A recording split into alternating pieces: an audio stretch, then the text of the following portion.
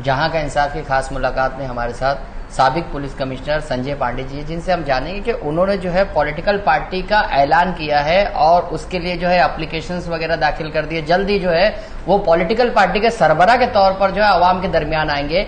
तो हम संजय पांडे से ये जानना चाहेंगे कि क्यों उन्होंने ये जरूरत महसूस की और इसके पीछे का क्या बैकग्राउंड है। देखिए, इसका एक तो मेरा अपना ही अनुभव है कि पिछली बार जब लोकसभा के इलेक्शन थे तब ये बात हुई थी कि एक पर्टिकुलर एरिया से मैं खड़ा होना चाहता था जी। और हमने कुछ पॉलिटिकल पार्टी से बात भी की थी उस समय, लेकिन किसी भी पॉलिटिकल पार्टी ने कोई तवज्जो उस वक्त दिखाई नहीं। और फिर मैंने ये भी सोचा कि भाई निर्दलीय करके हम खड़े हो जाए जी। तो उस वक्त इस तरह की बातें आई कि आप निर्दलीय जगह खड़े होंगे तो हम तो पार्टी को वोट देंगे जी। और कैंडिडेट का कोई मतलब नहीं है जी। तो ये सब बातें मेरे जहन में थी और कुछ मुझे पर्सनल एक्सपीरियंसेस भी हैं जो कि आज जो हमारे जो ऑब्जेक्टिव्स हैं जिसकी वजह से हम बना रहे हैं, तो इसलिए हमें लगा कि अपनी पॉलिटिकल पार्टी बना के ही शायद ये उचित होगा कि हम इस इलेक्शन का जो एक प्रोसेस है उसमें शामिल हो। नहीं, जिस तरीके से आप जो है अब असेंबली में मैदान में आ रहे हैं, पार्लियामेंट में आप पीछे हो गए, लेकिन अब भी जो है आपके पीछे ये सवाल पैदा होता है कि जिस तरीके से असेंबली में आपको कहा गया कि आपके वोटों की जो है वो तकसीम हो जाएगी, आपको वोट नहीं दिए जाएंगे या आजाद उम्मीदवार के तौर पर आप उस वक्त नहीं खड़े हुए, लेकिन अब बाहैसियत पॉलिटिकल पार्टी आप मैदान में आ रहे हैं, तो ऐसे में जो आपको जो वोट मिलेंगे तो कहीं ना कहीं जो सेकुलर पार्टी है उसका जो है नुकसान होगा आपके जरिए, इस तरह की बातें भी जो है कही जा रही है। ये तो वही लोग कर रहे हैं जो कह रहे हैं कि आप हमारे वोट काट देंगे। मैं किसी के वोट काटने के हिसाब से पॉलिटिकल पार्टी थोड़ा बना रहा हूँ। मैं तो जहां से हमारे जो कैंडिडेट खड़े होंगे हम तो उनके जीतने के हिसाब से खड़ा कर रहे हैं। अब किसके वोट कटे और कौन हारा इससे हमारा मतलब नहीं। जिस तरीके से एमआईएम पर इल्जाम लगता है, दूसरी पार्टियों पर इल्जाम लगता है कि वो कोई फिरका परस्त पार्टी को जो है, सांप्रदायिक पार्टी को जो है फायदा पहुंचाती है, उसी तरह से जो है ये इल्जाम आप पर भी लग सकता है आगे चल के। नहीं, इल्जाम तो लगाने वाले लगाएंगे ही जी, लेकिन जहां तक हमारा अपना नजरिया है जी, और जहां तक हम जैसे कैंडिडेट्स हम जो खड़े करेंगे जी, तो हम तो जिस जगह से खड़े करेंगे वहां पर के चुनिंदा लोगों को खड़े करेंगे, उनको जीतने के लिए हम खड़ा करेंगे। किस पार्टी का नुकसान हुआ, किसका फायदा हुआ, इससे हमें लेना देना नहीं। हमारी पार्टी को वोट मिले, हमारा पार्टी का कैंडिडेट वहां से जीत के आए, हमारी तो यही मंशा है और इसी इरादे से हम उतर रहे हैं। नहीं, आप पुलिस कमिश्नर भी रह चुके हैं। जिस तरीके से मुल्क में एक कम्युनल माहौल तैयार करने की कोशिश कुछ फिरका परस्त अनासिर करते हैं, कुछ सांप्रदायिकता लोग करते हैं, तो ऐसे में जो सेकुलर पार्टी है उसको तो नुकसान होता ही है, लेकिन जो है सेकुलर पार्टी के साथ दूसरे लोगों की भी छवि खराब होती है और जो मुल्क का माहौल खराब होता है उस बारे में आप क्या कहेंगे? क्योंकि 2014 के बाद से हमने देखा है कि मुल्क के माहौल में जो है कम्युनलिज्म ज्यादा है, तो इस पर क्या कहते हैं आप? हम तो मतलब हमारी जो पार्टी है, हमारा तो बेसिक आइडिया सेकुलर ही है जी। और हमारे सामने का जो कैंडिडेट है, जो अगर उनको जो सेकुलर पार्टी का कैंडिडेट है तो उनको शायद ये जहन में है कि हमारे आने से शायद उनके वोट कट जाएंगे जी। तो मैं तो ये मानता हूँ कि जो हमारा कैंडिडेट होगा वो सेकुलर पार्टी के कैंडिडेट से अच्छा होने के बाद जी। हमारा ही कैंडिडेट जीतेगा तो कम्युनल पार्टी का तो सवाल ही नहीं आता है। हम सेकुलर वोट की ही बात कर रहे हैं और ये तो जनता इस पर निर्णय लेगी कि एक एस्टेब्लिश पार्टी के आदमी को वोट देके जो रोजमर्रा की पॉलिटिक्स करते हैं ऐसे ही लोगों को आगे बढ़ाना है कि एक नई आवाज, एक नई सोच और एक नई पहुंच के लोगों को आगे बढ़ाना है। मेरा ये मानना है कि महाराष्ट्र की जनता जागरूक है और हमको वोट काटने वाली पार्टी की तरह से नहीं देखा जाएगा बल्कि एक जीतने वाली पार्टी। नहीं, आपकी पार्टी का जो एजेंडा है वो क्या रहेगा? आप किन मुद्दों पर काम करेंगे और कैसे काम करने का आपका तरीका कुछ तो सोचा होगा, कुछ आपने खाका बनाया होगा? देखिए, ऐसा है, कोई पार्टी पॉलिटिकल पार्टी बनती है तो उसके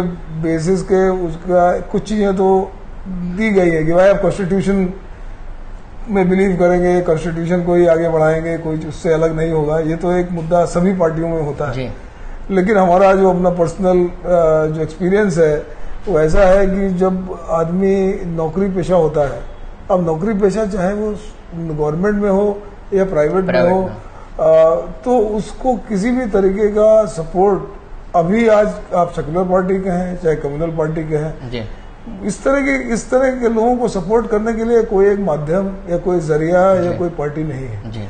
और इसका मेरा खुद का एक्सपीरियंस है, जब मेरे खिलाफ केसेस हुए तो कोई भी सामने नहीं था जी। तो ऐसे समय में कौन आएगा।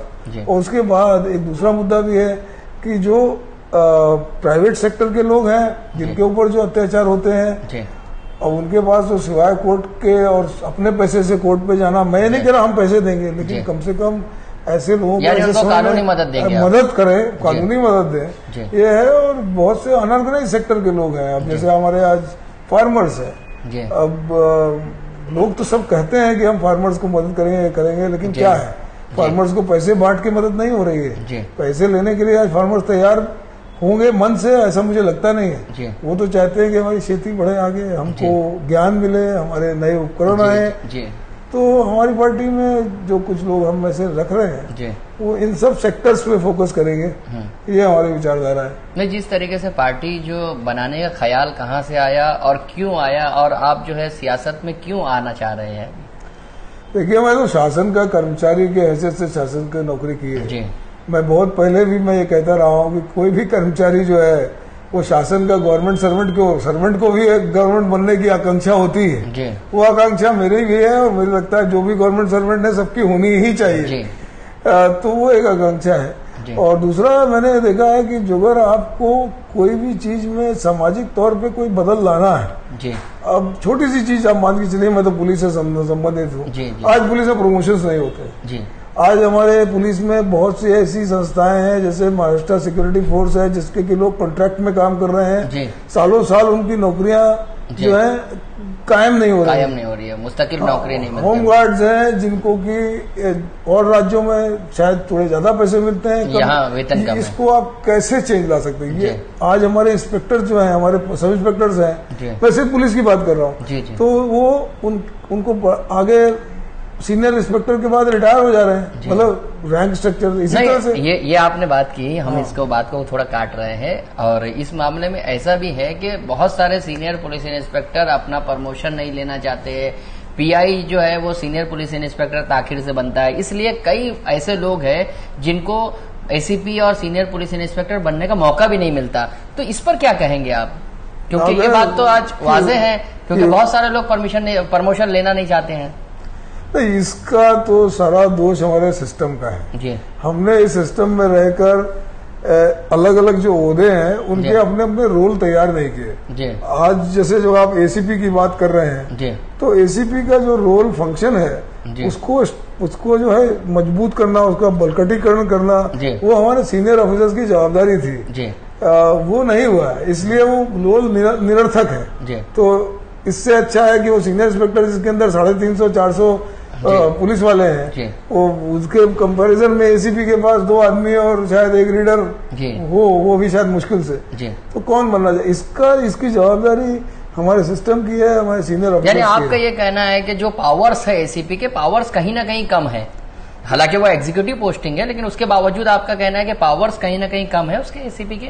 नहीं, मैं तो कहता हूँ कि एसीपी का जो रोल है, उसका जो दायरा है, उसको सही तरह से डिफाइन नहीं किया गया। आज भी प्रिवेंटिव एक्शन जो भी लिया जाता है वो एसीपी लेते हैं। एमसीओसी में भी एसीपी की जरूरत लगती है, एसीपी का ही जरूरत होती है।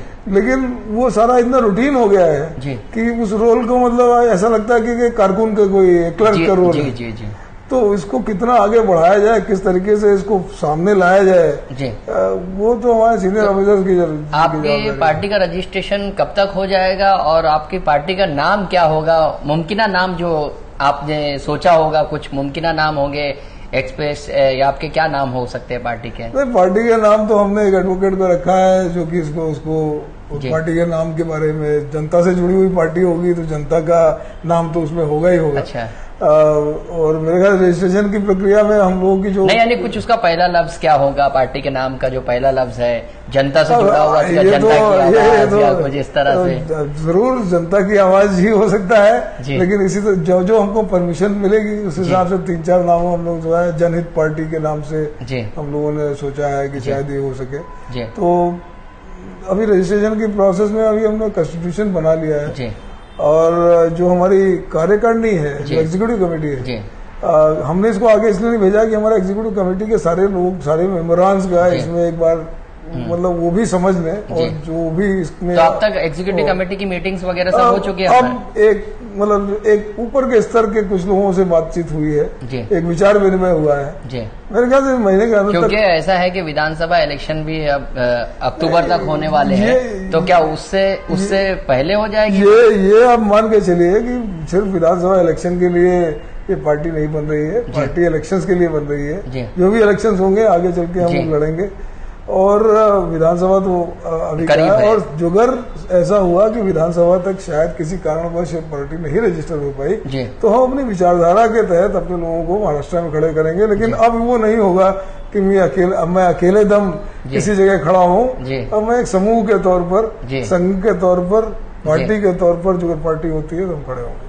ये तो संजय पांडे जी जो बता रहे थे कि किस तरीके से वो आवाम के दरमियान अब खिदमत करने के लिए आ रहे हैं और एक पार्टी की शक्ल में जो है वो आवाम तक पहुंचेंगे और आवाम के मसाइल को हल करने की हत्तल इम्कान कोशिश करेंगे। जहां का इंसाफ की खास रिपोर्ट।